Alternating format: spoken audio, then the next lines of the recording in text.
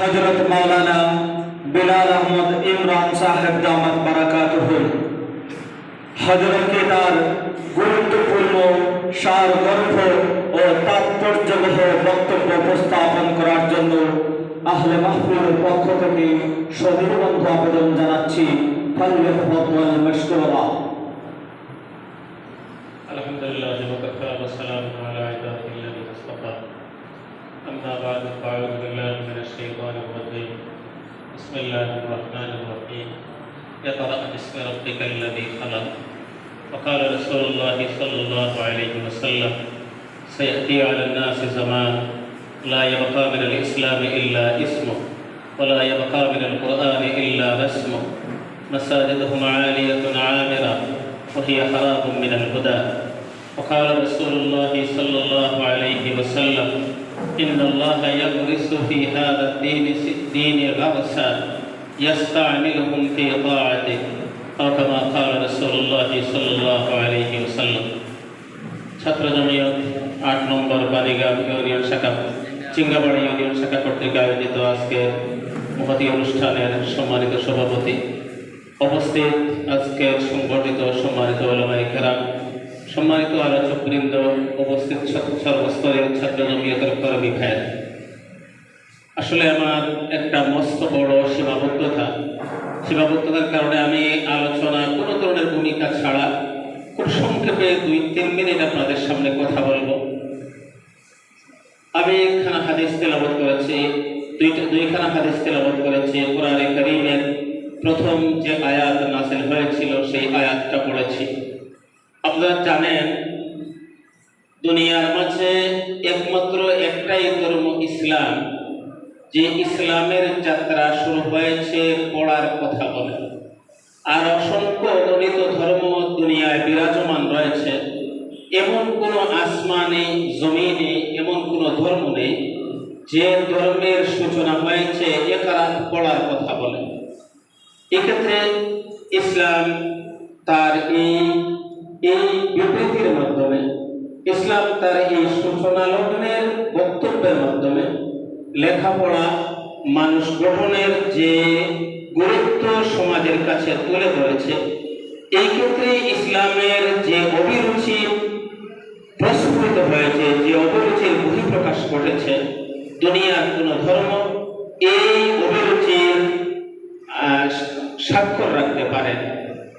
আমি যে হাদিস তেলাওয়াত করেছি, হাদিসে আল্লাহ রাসূল সাল্লাল্লাহু আলাইহি ওয়াসাল্লাম বলেছেন, এমন একটা সময় আসবে যখন ইসলামের শুধু নামটুকু বাকি থাকবে, এছাড়া ইসলামের আর কিছুই বাকি থাকবে না, শুধু নামটা বাকি থাকবে। মানুষরা বলবে আমি মুসলমান, আমি ইসলাম ধর্ম পালন করি। ইসলামী আন্দোলনের নেতাকর্মী যারা থাকবে, ইসলামী রাজনীতি যারা করবে, তারা স্লোগান দিবে, মিছিল করবে, নামাজের সময় তারা হোটেলে বসে চা খাবে, নামাজে যাবে না। তারা সারা রাত ঘুমাবে, ফজরের নামাজ পড়বে না, নামাজ কাজা করবে। একদিকেই আল্লাহ রাসূল সায়াতি আলান নাস জামান লা ইয়াবকা মিনাল ইসলামি ইল্লা ইসমু, হয়তো গায়ে একটা লম্বা পাঞ্জাবি থাকবে, কিন্তু সেই পাঞ্জাবি আপনার কাছে কি তামান্না করে, কি আশা করে, পাঞ্জাবির আকতি মিনতি আপনার কাছে কি, সেই উপলব্ধি আপনার আমার থাকবে না। এমন একটা সময় আসবে, সায়াতি আলান নাস জামান লা ইয়াবকা মিনাল ইসলামি ইল্লা ইসমু ওয়া লা ইয়াবকা মিনাল কুরআনি ইল্লা রাসমু। কোরআনের কোনো শিক্ষা সমাজে থাকবে না, শুধুমাত্র কোরআনের কয়েকটা হরফ সমাজ দেখতে পাবে। কোরআনের কয়েকটা হরফ, কোরআনের কপি বাইর করলে, কোরআনের নুসখাগুলো সামনে আসলে কয়েকটা হরফ দেখা যাবে, আলিফ লাম মিম কাফ হা ইয়া আইন সাদ। এই সমগ্র আমাদের সামনে থাকবে, কিন্তু এর সাথে কি আমাদের নেওয়ার কি আছে, সেই নেওয়াটুকু থাকবে না। সেই কোরআনের আলফাজগুলো, কোরআনের হরফগুলো আমাদের থেকে কি চায়, আমাদেরকে কি শেখাতে চায়, আমাদেরকে কি বাণী দিয়ে পৌঁছাতে চায়, সেই উপলব্ধি মানুষের থাকবে না। মাসাজিদুহুম আলিয়াতুন আমিরা ওয়া হিয়া খারাবুম মিনাল হুদা। সেই যুগের মানুষেরা মসজিদ নির্মাণ করবে, যে মসজিদগুলো অনেক উঁচু হবে, সেই মসজিদে মুসল্লি আমিরা, অনেক মুসল্লি থাকবে, মসজিদে বসে বসে অনেক মানুষ মুযাকারা করবে। কিন্তু আল্লাহ রাসূল এই সুন্দর সুন্দর মসজিদগুলো 3 তলা 5 তলা 10 তলা মসজিদ হবে, মসজিদ মানুষে ভরপুর থাকবে, কিন্তু ওয়া হিয়া খারাবুম মিনাল হুদা, মসজিদে হেদায়েত মসজিদ থাকবে, মসজিদে মানুষ থাকবে, মসজিদে আমরা দেখবো মানুষেরা জড়ো হয়েছে, আল্লাহ জিকির করছে, কোরআনের তিলাওয়াত করছে, কিন্তু নবীর ভাষায় ওয়াহিয়া খারাবুম মিনাল হুদা, মসজিদে কোনো হেদায়েত থাকবে না। মসজিদে মানুষেরা যে হেদায়েত নিয়ে বের হওয়ার কথা ছিল, যে হেদায়েতের আবেগ নিয়ে আলোচনা করার কথা ছিল, সেখানে এগুলো থাকবে না।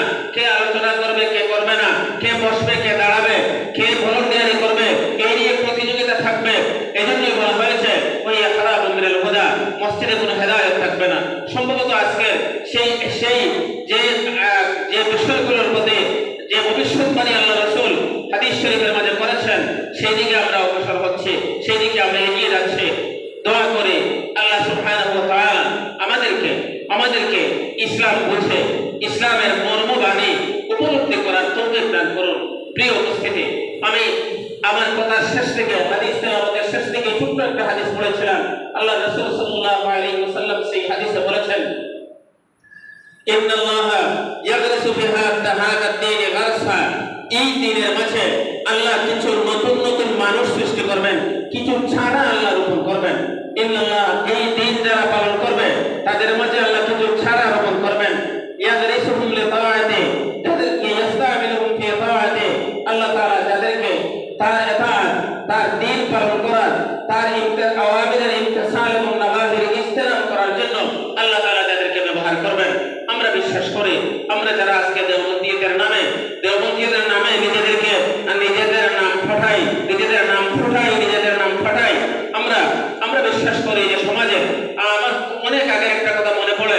হযরত মাওলানা ওবায়দুল্লাহ ফারুক সাহেব দামাত বারাকাতুহুম এক সময় বলেছিলেন, অনেক আগের কথা, অন্তত 20-25 বছর আগের কথা, উনি একবার বলেছিলেন যে আলিম খারাপ নষ্ট হতে হতে হতে হতে হতে হতে একেবারে নষ্টের শেষ সীমায় পৌঁছার পর্ব সে এমন একটা অবস্থায় থাকবে যে জাহিল ভালো হতে হতে হতে হতে হতে হতে ভালোর সর্বোচ্চ সীমায় পৌঁছার পর যতটুকু ভালো হতে পারবে না, আলিম খারাপ হতে হতে এতটুকু খারাপ হতে পারবে না।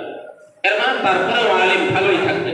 আমরা যারা দেওবন্দীদের নাম নেই, আমরা যারা আমাদেরকে দেওবন্দী বলে দাবি করি, বিশ্বাস করি, প্রচার করি, আমরা অন্তত সমাজের আমাদের বুঝ এবং সমাজ অনুসারে সমাজের অন্য মানুষগুলো থেকে আমাদেরকে আল্লাহ সুবহানাহু ওয়া তাআলা অনেক ভালো অবস্থায় রেখেছেন, অনেক ভালো পথে রেখেছেন। যদিও আমরা সাহেবুল ভাই, আমরা এই ধারার মানুষ হিসেবে আমাদের অবস্থা আমরা খুব ভালো করে জানি। প্রত্যেকজন মানুষ, যদি আমি আমার কথা চিন্তা করি, তাহলে আমি দেখব যে আমি কোন অবস্থায় আছি। আমার সমাজ জীবন, আমার গৃহ জীবন, আমার প্রাতিষ্ঠানিক জীবন আমি কিভাবে পরিচালনা করছি, কিভাবে আমি চলছি। প্রিয় সুধী উপস্থিতি, আপনাদের কাছে, প্রত্যেকের কাছে আমি আমার কাছে হাসিবু ক্বাবলা আন তুহাসাবু ওয়া জিনু ক্বাবলা আন তুজানু, এই নসিহত আমরা করি, আমি আমাকেই করছি। ওয়াসিকুম ওয়া নাফসি আওয়ালাম বিতাকওয়াল্লাহ ওয়াল মুওয়াযাবাতি আলা যিকরিল্লাহ। একটি কথা, আদর্শ সমাজ মানে ইসলামী শিক্ষা। সহজ কথায়, ইসলামী শিক্ষা ছাড়া কোন দুনিয়ার কোন ভূখণ্ডে কোন ক্ষেত্রায় আদর্শ সমাজ নির্মাণ করা সম্ভব নয়। দুনিয়ার মানুষ যত সব মন্ত্র, যত সব তন্ত্র, যত সব মতবাদ, সবগুলো মতবাদ উপলব্ধি করেছে। সবগুলো মতবাদের অনিষ্ট সম্পর্কে মানুষ আজ চক্ষুষ্মান, মানুষ দেখতে পাচ্ছে। এই সব মতবাদ সমাজকে শান্তি দিতে পারছে না। আপনারা যদি ইউরোপ আমেরিকার দিকে তাকান, সমাজের সবচেয়ে ভালো জায়গা যেগুলোকে মনে করা হয়, সেই ইউরোপ আমেরিকার মানুষেরা, বদ্দিন মানুষেরা আজকে তাদের সন্তানদেরকে মসজিদ মাদ্রাসায় দিয়ে তারাও মসজিদ মাদ্রাসার কাছে যায়। একটাই বিষয়, দুনিয়ার শান্তির জন্য এরা ইসলামের বাইরে, ইসলামী শিক্ষার বাইরে আর কোন শিক্ষা এমন পায় না যে শিক্ষার দ্বারা দুনিয়ার শান্তির কথা অর্জন করতে পারে। আপনারা দেখবেন অনেক লম্বা কথা। আমাদের দেশে শিক্ষা ব্যবস্থা, আমি গোটা বিশ্বের কথা বলবো না, অবশ্য গোটা বিশ্বের কথা বলতে গেলে আর একটা কথাগুলোকে অনেক তাকসীম করতে হবে। বাংলাদেশের কথা বলবো, বাংলাদেশে দুইটা দ্বারা শিক্ষা ব্যবস্থা জারি আছে, ইসলামী শিক্ষা ব্যবস্থা। আর আমরা ইসলামী শিক্ষা ব্যবস্থা বলতে কৌরবস্থা শিক্ষা ব্যবস্থাটাকেই ধরে নেই। ইসলামী শিক্ষা ব্যবস্থা এবং সাধারণ শিক্ষা ব্যবস্থা, এই দুইটা শিক্ষা ব্যবস্থার মাঝে যে আকাশ পাতাল ব্যবধান, এই সাম্প্রতিক সময় যে আকাশ পাতাল ব্যবধান প্রস্ফুটিত হয়েছে, কিন্তু আমাদের শিক্ষা ব্যবস্থাটাকে, আমাদের জাতিসত্তাকে এমন একটি অপশক্তি গ্রাস করে রেখেছে, যাদের কারণে আমাদের যে ভালো শিক্ষা ব্যবস্থা, ব্যবস্থার উপকারগুলো আমরা সমাজের সামনে চুপ করে বলতে পারি না, এবং অপশিক্ষার যে দুষ্কৃতিগুলো সমাজের কাছে আজ দেদীপ্যমান, সেইগুলো আমরা সমাজের কাছে, আপামর জনতার কাছে আমরা মুখ করে বলতে পারি না। এমন একটা আয়োজন চূড়ান্ত হয়ে এসেছে যে এদেশ থেকে ইসলামী শিক্ষা ব্যবস্থাকে চিরতরে বিদায় করে ফেলা হবে। এই সমাজে আমরা বাস করি, আমরা যারা ইসলাম নিয়ে একটু ভাবি, আপনারা যারা ইসলাম নিয়ে একটু ভাবেন, আমার মনে হয় আপনাদের সেই ভাবনার পরিধি আরো অনেক বেশি বিস্তৃত করতে হবে, আপনাদের সেই ভাবনার গণ্ডি আরো অনেক বেশি বিস্তৃত করতে হবে, আপনাদের সেই ভাবনার সেই মুতালার পরিধি ওসান আরো অনেক বেশি করতে হবে। না হয় হয়তো এই সমাজে, এই জীবন ব্যবস্থায় আমরা বেশি দিন থেকে থাকতে পারবো না। সম্মানিত উপস্থিতি, আমার কথাগুলো খুব সংক্ষেপে মৌলিক 2-3টি কথার প্রতি ইঙ্গিত করলাম। আশা করি আপনারা চিন্তা করবেন, অনুধাবন করবেন।